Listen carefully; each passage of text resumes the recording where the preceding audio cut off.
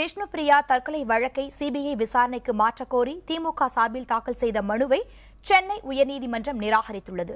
இதுகுறித்த தகவல்களை தருகிறார் நமது செய்தியாளர் சுப்பையா.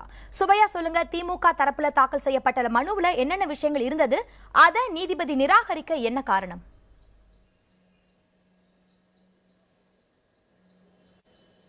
திவ்யா, பார்த்தீங்கன்னா, அதாவது திமுகவின் சார்பில் முன்னாள் அமைச்சர் சுப்புலட்சுமி ஜெகதீசன் இந்த மனுவை தாக்கல் செய்திருந்தார்.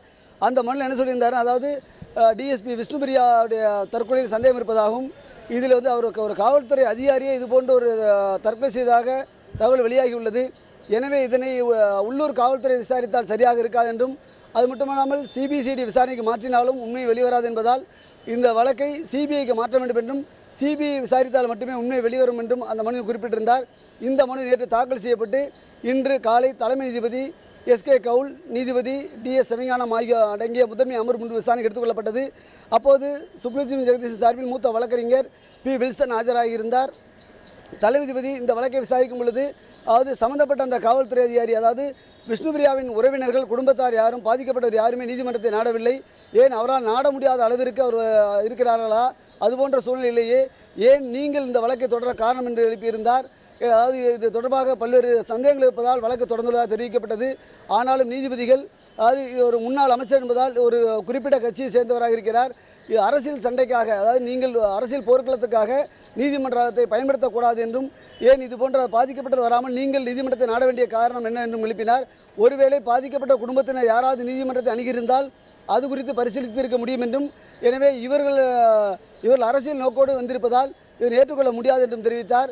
இதனையடுத்து உடனடியாக சுப்புலட்சுமி ஜெகதீசன் சார்பில் ஆஜரான வழக்கறிஞர் பி வில்சன் மனுவை திரும்பப் பெறுவதாக தெரிவித்தார். ஆனால் தலைமை நீதிபதி வித்யான் டிஸ்மிஸ், அதாவது இந்த வழக்கை திரும்ப பெற்றாலும் வழக்கை தள்ளுபடி செய்வதாக அறிவித்து இந்த வழக்கை தள்ளுபடி செய்துள்ளார். திவ்யா, சுப்பையா, இந்த திமுக தரப்புல தாக்கல் செய்யப்பட்ட மனுவை நிராகரிக்கிற நிலையில இந்த வழக்கு தொடர்பா நீதிபதி ஏதாவது சொல்லியிருக்காரா?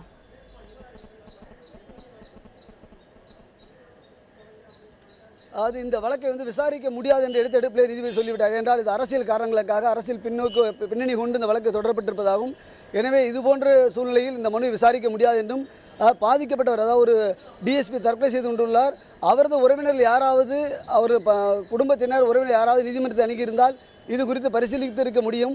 ஆனால் இது ஒரு அரசியல் கட்சியை சார்ந்தவர்கள் ஏதோ ஒரு அரசியல் பயன்பாட்டிற்காக நீதிமன்றத்தை பயன்படுத்துவதால் இதுபோன்ற போர்கள், அரசியல் சண்டைகளுக்காக நீதிமன்றத்தை பயன்படுத்தக்கூடாது என்றும், எனவே இதனை ஏற்றுக்கொள்ள முடியாது என்று வழக்கை விசாரிக்க மறுத்துவிட்டார்.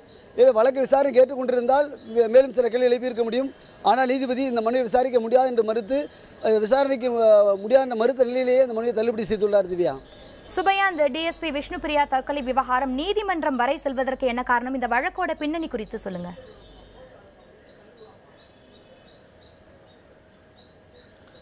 அது திவ்யா, பார்த்தீங்கன்னா, இந்த வழக்கை பொறுத்தவரை, அதாவது டிஎஸ்பி விஷ்ணுபிரியா ஏற்கனவே கோகுல்ராஜ் கொலை வழக்கை விசாரித்து வந்திருந்தார்.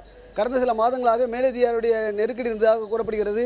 இந்த நிலையில் அவர் சில தற்கொலை செய்வதற்கு முன்பாக கடிதங்களை எழுதி வைத்துவிட்டு அவர் தற்கொலை செய்திருந்தார். தற்போது அரசியல் வட்டாரத்தில் இந்த டிஎஸ்பி விஷ்ணுபிரியாவினுடைய தற்கொலை ஒரு விஸ்வரூபமாக எடுத்துள்ளது. அரசியல்வாதிகள் குறித்து அறிக்கை விடுவதும் போராட்டம் நடத்தும் தொடர்ந்து நடந்து கொண்டிருக்கிறது.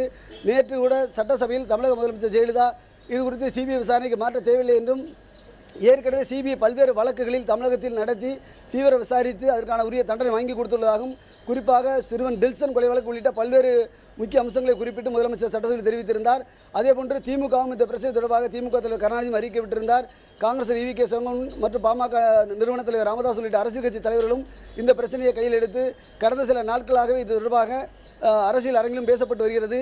இந்த நிலையில்தான் திமுக முன்னாள் அமைச்சர் சுப்புலட்சுமி ஜெகதீசன் திமுக தலைவர் கருணாநிதியின் அறிக்கையில் கூறப்பட்டுள்ள அந்த விவரங்களை அனைத்தையும் முழுமையாக உள்ளடக்கி ஒரு மனு ஒன்றை தாக்கல் செய்துள்ளார். அந்த மனுவை அடுத்துதான் இந்த வழக்கு நீதிமன்றம் வரை சென்று நேற்று அவசரமாக தாக்கல் செய்யப்பட்டு இன்று உடனடியாக இந்த வழக்கை விசாரிக்க வேண்டும் என்ற கோரிக்கை முன்னடிப்படையில் நேற்று தாக்கல் செய்யப்பட்டு உடனடியாக பட்டியலிடப்பட்டு இந்த வழக்கு விசாரணைக்கு வந்துள்ளது. திவ்யா.